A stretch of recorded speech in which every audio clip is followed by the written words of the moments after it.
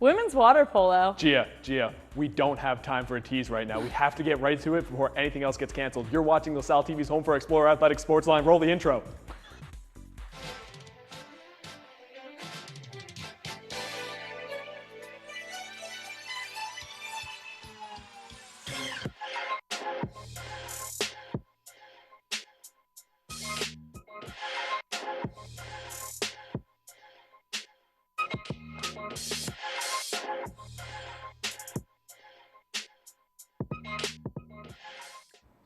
Hello, I'm Gia Lancy. Welcome to SportsLine. We have updates on the current situation that LaSalle winter and spring sports are dealing with. And later, SportsLine correspondent Jamie Smith is also behind the scenes, and we're going to talk to ourselves about this later.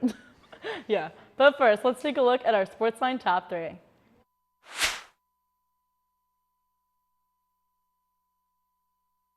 Number 1, I'm sure many of you are aware of the spread of the coronavirus, with the numbers growing exponentially by the day. Across the nation, healthcare officials of schools are prioritizing the health and safety of athletes, fans, and everyone around the world. Due to this, the NCAA has requested games to be played without fans. Many conferences joined program league, including the Atlantic 10 Conference, and the Power 5 conferences have canceled their conference tournaments. Following with most conferences, the Atlantic 10 awards the Dayton Flyers as the A10 champions, as they were the outright A10 regular season champions. As for the recording of this show, the NCAA tournament is canceled and is being discussed that it could potentially be rescheduled for later in the year. However, this in doubt of many schools, as Duke and Kansas are some of many of the programs that have pulled from the tournament entirely.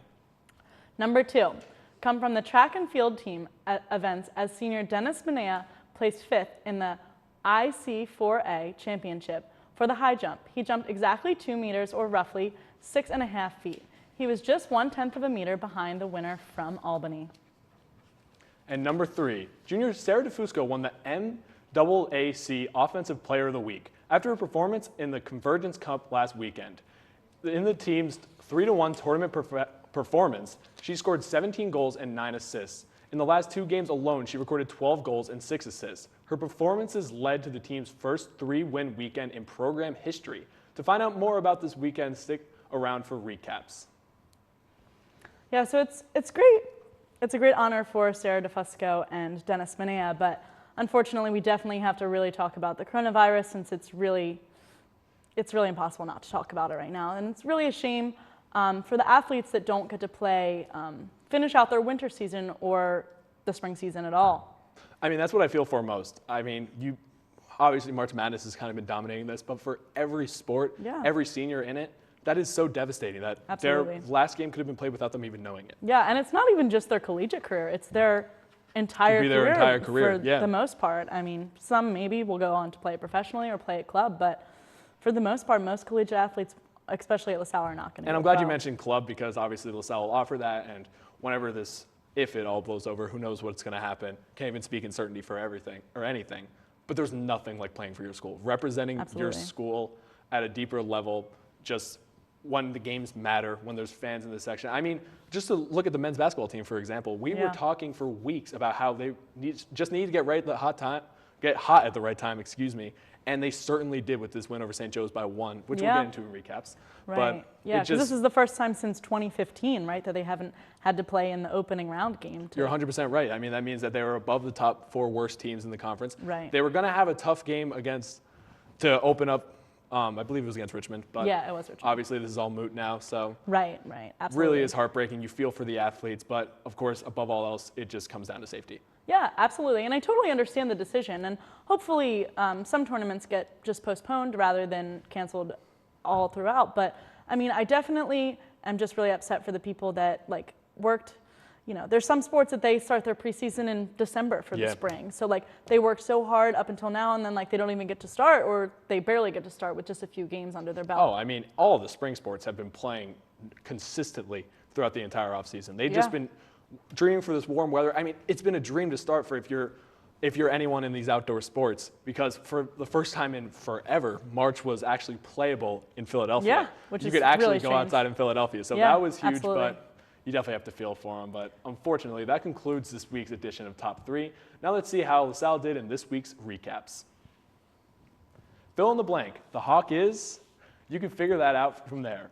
Men's basketball wrapped up their regular season in dramatic fashion as they narrowly defeated and swept the St. Joseph Hawks 78-77. Freshman Christian Ray earned his first career double-double with 13 points and 11 rebounds, including 5 offensive rebounds. Freshman Ayinde Hakeem led the team with 15 points, and sophomore Jared Kimbrough filled up the stat sheet with 11 points, 8 rebounds, 2 blocks, and a steal.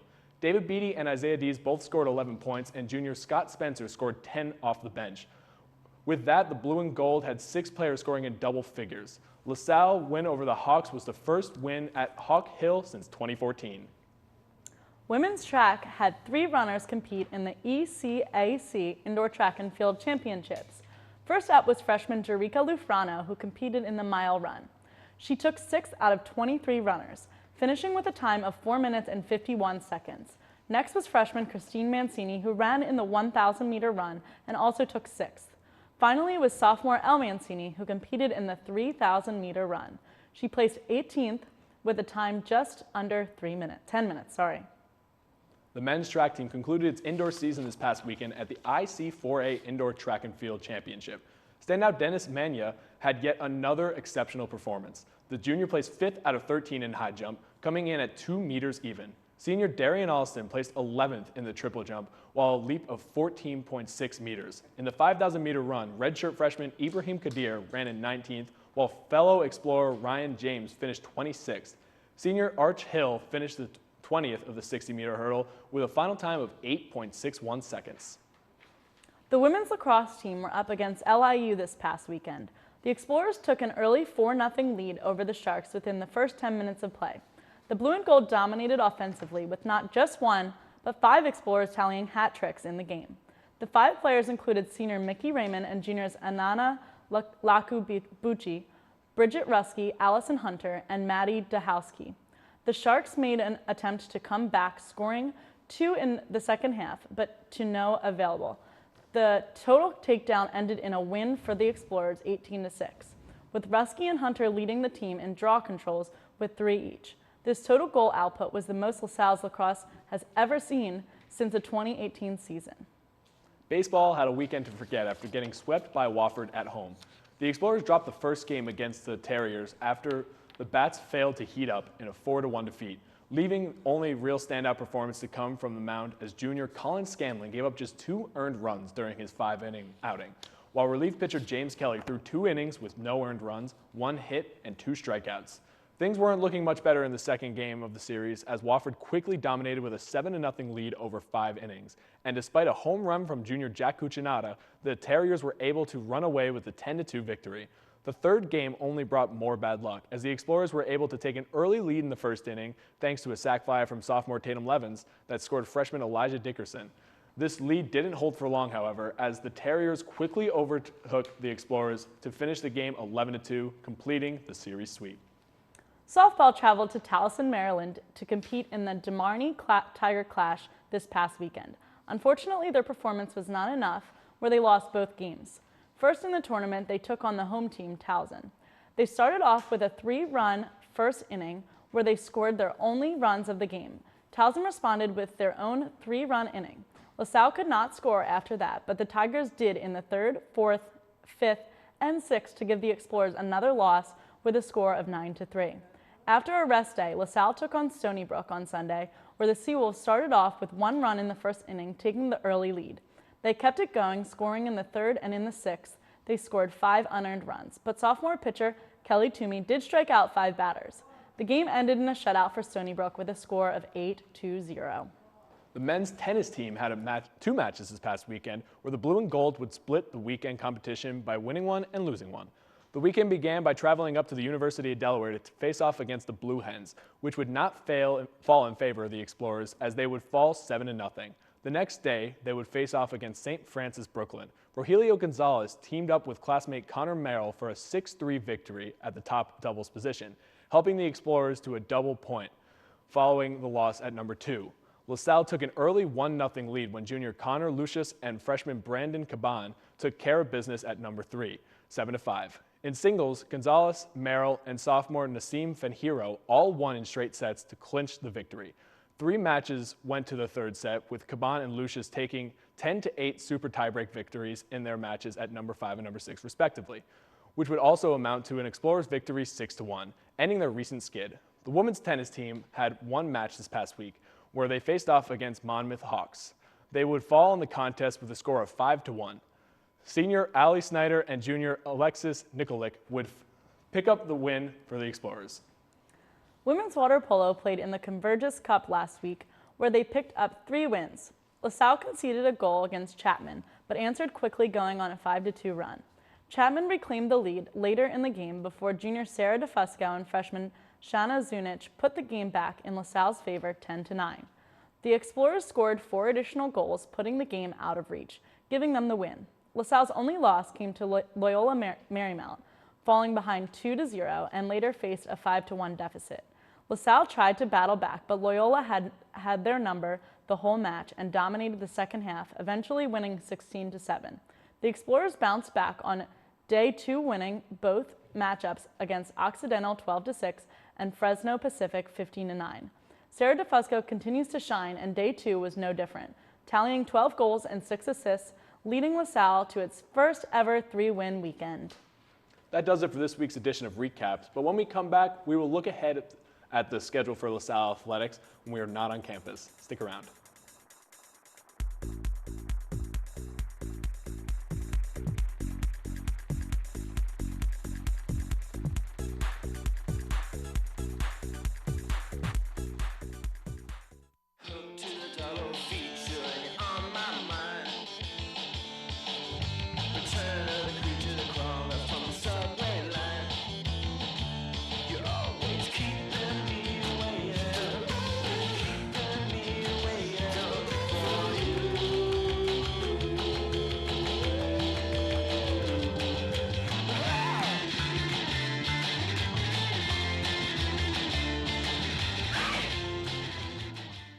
Yo, bro, what's good? What's going on? How you feeling, man? Doing good. How you doing?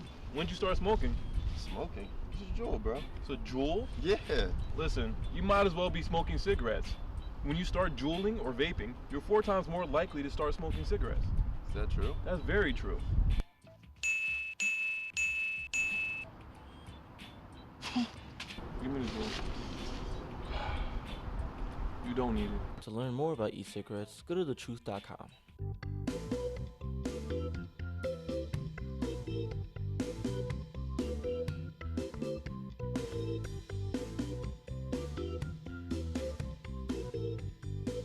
According to the Mayo Clinic, exercising has stress-busting benefits by bumping up your endorphins and improving your mood.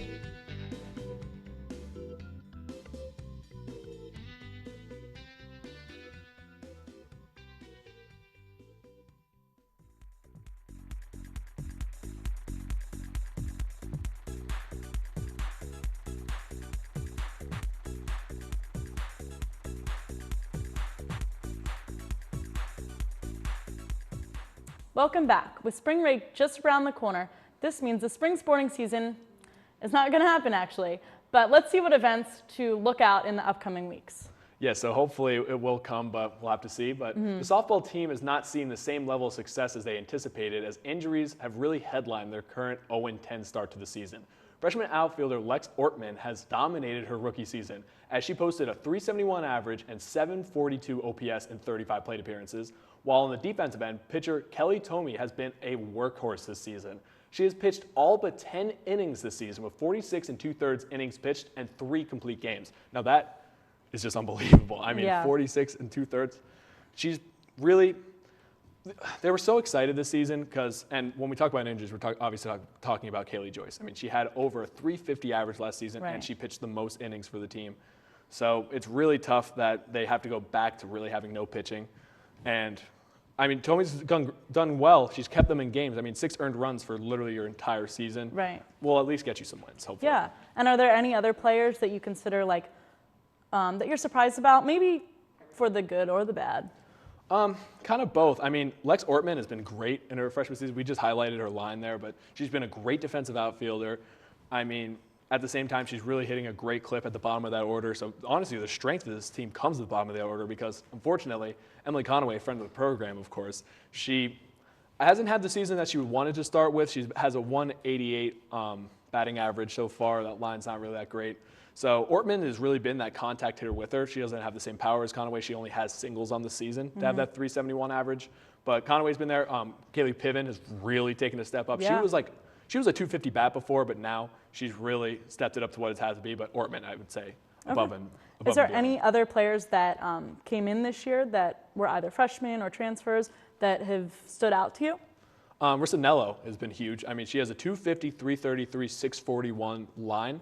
So, I mean, that's really impressive from the 9-hitter. So just obviously being able to, the error numbers in comparison to what they were 10 games into the season last year are down. So defensively, you got that there. But, I mean, the returner, obviously, you can't take her out. Ashley Mendenhall leads the team in RBIs. She 276 for a power hitter. Really, you'll live with that because when you get to that slugging percentage, 517 really bumps it up for an 840 OPS. Right. So overall, looking at this season, did you expect this season to have this outcome as where they're looking at the standing that they are right now? I mean, when you have big losses like Emma Schweiger or people like that, there weren't a lot of seniors. We talked about this before. Right. But when you look at this Explorers team, you obviously never assume that they're going to be bad or assume they're going to be this bad.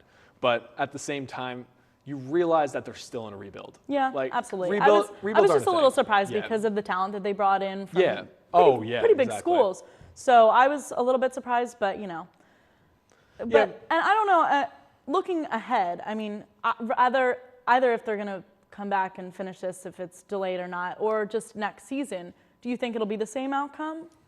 I mean, it all depends. I mean, the point I was going to kind of bring up is because, rebuilds, I would like to say, they're a professional sports thing. There's no benefit to really tanking in college sports, obviously. Yeah. But once you see this, you see that if you come in as a freshman, you're going to get that playing time. I think that's going to be huge to get some marquee freshmen, but we'll have to see. Yeah. Well, let's talk about lacrosse. The lacrosse team heads into break with a 3-4 record. Offensively, Bridget Rusky has led the Explorers in goals with 17, assists with 9, and points with 26. Where on the other end, Molly Laughlin and Kelly Kazmarek have split goalie duties, and both have been equally impressive. Laughlin has a 450 save percentage, allowing 44 goals on the year, while Kazmarek has a 385 save percentage, where she let 40 shots get past. So, I mean, this lacrosse team has been pretty consistent the past few years. Are you surprised with how this season's gone, or is it kind of the same? I mean, right now, you look at their record to start 3-4, right at that Mendoza line of 500, obviously. Yeah. So, which is what we talked about earlier, kind of similar to the past few years. Exactly. So they've really just been an even-keeled kind of team. Obviously, it's not what they want, but it'll be good enough to get you a pretty decent seed, especially when it gets to A-10 play. They usually fare pretty well there. Right. They've had some really exciting wins, a couple overtime winners this season, but without Rusky, I don't know where they'd be. Same thing, like Conaway, we were just talking about for softball. Dahowski really hasn't had that same kind of start that she had, and it's kind of interesting because they really have changed their style of play. They used to run with a 3-4-2 kind of set. So when you have those midfielders up and they had Dahowski behind the net, that was huge for her to get scoring opportunities. Now they run more of a fast-paced up and down the field. Yeah. So Dahowski isn't going to fare well in there, but Rusky is a grinder. I mean, we talked a little bit about her stats, but she has a 784 shot on goal percentage. She leads the team in faceoffs and ground balls. This is the stat man for you right here. But no, I think that this is definitely like a very energetic team. Like they really come in and play, and they seem like just very excited to play, which I mean you really love to see, don't you think? And I mean don't you think that really shows how they play on the field? Any goal-oriented game, you really need great team chemistry. This is true. And this team really does. I mean, if you go to LaSalle, you see any of those players wearing the same exact sweat outfit, always repping their lacrosse and together. Gear. Yeah, together. They're always together, so you see them in a flock almost. Right. Because they're always, if you ever need to point them out, you can see those yellow Crocs. But, I mean, and it starts by just a top-to-bottom love of the team. I mean, Anina Akabuchi right behind them, she would be the first one to tell you that she loves trailing Bridget Rusky and points and goals. And then you see like a Maddie McKee who went from just being a bench kind of option, and then in her first game she had, I believe, 2 goals off the bench and then just getting inserted into that starting role. Right. The team loves that. I mean, obviously you don't love it if you're the person getting sent back to the bench because of it, but I mean, it's a great competitiveness inside the team, which really gets the most out of players. Right, and it really like starts their fire, and you know and it really gives them a good. What's the word I'm thinking of? Like, you know. Yeah. Chemistry. Thank you. That's the word. There we go. Sorry. You Chemistry took it in high that they're. Did I? No, but that it really gives the team a good chemistry. You're right. And then just another little obscure stat about staying right even keeled. Their team shot on goal percentage is .504, which is dead smack in the middle of Right. it, 1,000%, obviously. So, I mean, they really are pretty effective when they get it on net. It just depends how many shots they get on net. That really is the difference if they win or lose games. All right, well, we're going to head to one more break, and we'll come back and talk a little bit of baseball.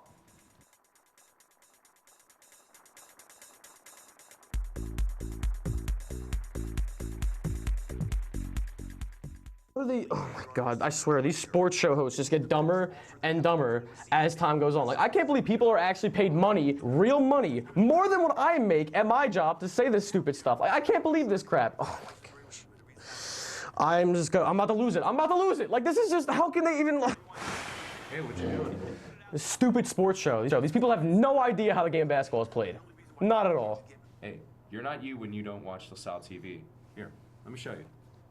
Have much more left, but the only reason why for everyone else it's a one-year rental. Talk Philadelphia here on the South TV. I'm your host, all that Feel better now? Better. You're not you when you're not watching LaSalle TV. To stay up to date, follow us on Twitter, Facebook, and Instagram.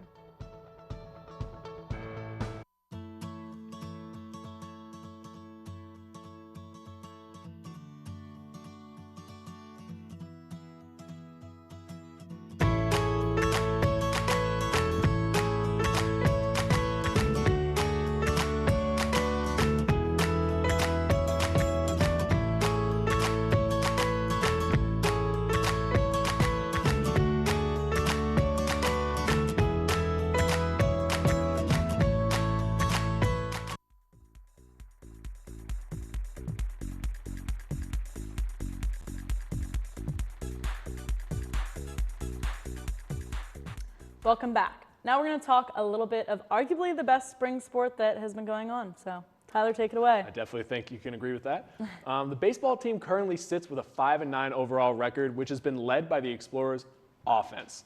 Sophomore Tatum Levens has been leading the team with a .321 average, .491 slugging, and .900 OPS at the catcher position. On the other side of the ball, however, junior Colin Scanlon has dominated as the Explorers' ace, posting a 3.23 ERA and a 1.31 WHIP over 22 1/3 innings. Yeah, so I mean, I think that this team is just kind of starting to get comfortable, which is obviously a shame because they're not going to be able to really finish it out. Yeah. But their record's 5-9. Should it really be 5-9? I'm glad you brought that up. No, it really shouldn't. I mean, this team, arguably, you can't really change the way that games go, obviously. Right. But they've only lost 2 games this season that didn't require a save. So for anyone that doesn't know, that means all their losses have come within 2 runs, or at least that the runner in scoring position wasn't a game-tying or game-winning run. He's like an actual dictionary, so like that's why he just wants to explain all of the rules of baseball to you, which we probably have enough time for anyway. So yeah, we could talk about whatever we go want ahead, here. you know. But I want to talk about baseball. The reason I want to talk about that is because this Explorers team, they're not just a highly scouted team anymore. I mean, for the past 3 years, Coach David Miller has brought in a recruiting class in the top 100 in the nation. This one was the top in the A10. So this team, they've been implemented right away. I mean, their second baseman, Sadala, freshman, 310, 357, 70, getting thrown right into the starting lineup for all their games this season. And he's a good-looking player as well. I mean, I had to say it. He looks good out there, look good, play good, feel good. So he's been good. Flow. He has flow. I want flow. We'll see what happens. So is that your freshman standout player so far this season? Definitely, Okay. definitely. I mean, Sadala's been great getting on base. And then the best thing about him is he went from the 8-hole hitter in their first home series here, and then in the most recent series, he was the 3-hole hitter, which is great because I like that little dynamic that David Miller is putting together because he puts him right in front of Ryan Guckin. And I don't think anyone really expected Ryan Guckin to become the 4-hole hitter. And he's done a great job of it because another guy, like we just said in softball, their 4-hole hitter hitting a 306 clip. That's really not heard of because having the 367 slugging, he obviously wants an uptick in that, but he leads the team in RBIs just because he always has runners on. He's always able to bring them in. Right. So do you have any other specific standout players, like maybe ones that, you know, are kind of were underlying and now are like surprising you? Yeah, I mean, a couple of shows ago when the first weekend of the season, I should say, happened, David Smith was getting all the love. I mean, because he was a great contact outfield hitter. He's been bumped up to the 2-hole now. And he's just another freshman that was just an instant result. And that's what you get when you have a top 100 recruiting class. Yeah, so, absolutely. I mean, he's kind of slowed it down of recent. He has a 255 clip with 353 slugging and a 720 OPS.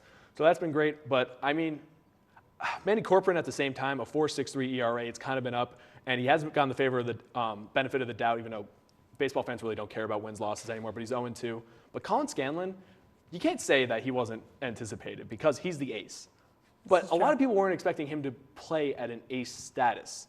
And he really has. I mean, a 1.31 whip, lowest on the team. When we talked about this earlier before the season started, we did not. He had control issues last season. His fastball velocity wasn't up to where he wanted it throughout the season, which is a lack of conditioning, I would say. But when you really look at it, he has turned it on. He had a great offseason. And as you said, it's a shame that he doesn't get the results from that because he has grinded this season. Yeah, absolutely.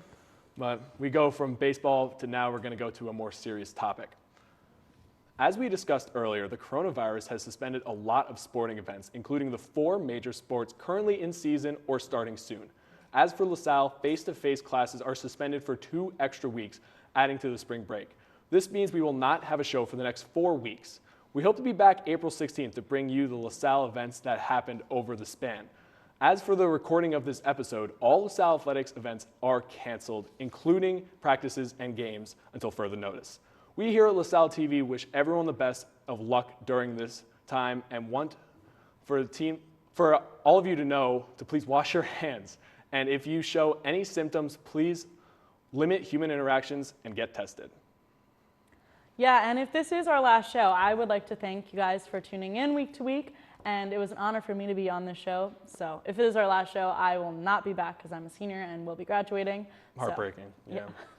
For him, he doesn't care. Well, I'll still be here, but like it's been a lot of fun being with you. We're not going to talk about this, but that just about wraps it up for us this week. If you can't make it out to see the Explorer Report, be sure to tune in next week for our coverage. Keep up with this weekend and many of the following week's other sporting events by visiting goexplorers.com or check out the next week's version of the Collegian. Also, check us out on Facebook at facebook.com/LaSalleTV and on Twitter and Instagram at SportsLineLTV. We welcome you to send your thoughts and suggestions there. For our SportsLine team, I'm Gia Lancey. And I'm Tyler Small. Thanks for joining us, and we'll see you at the game.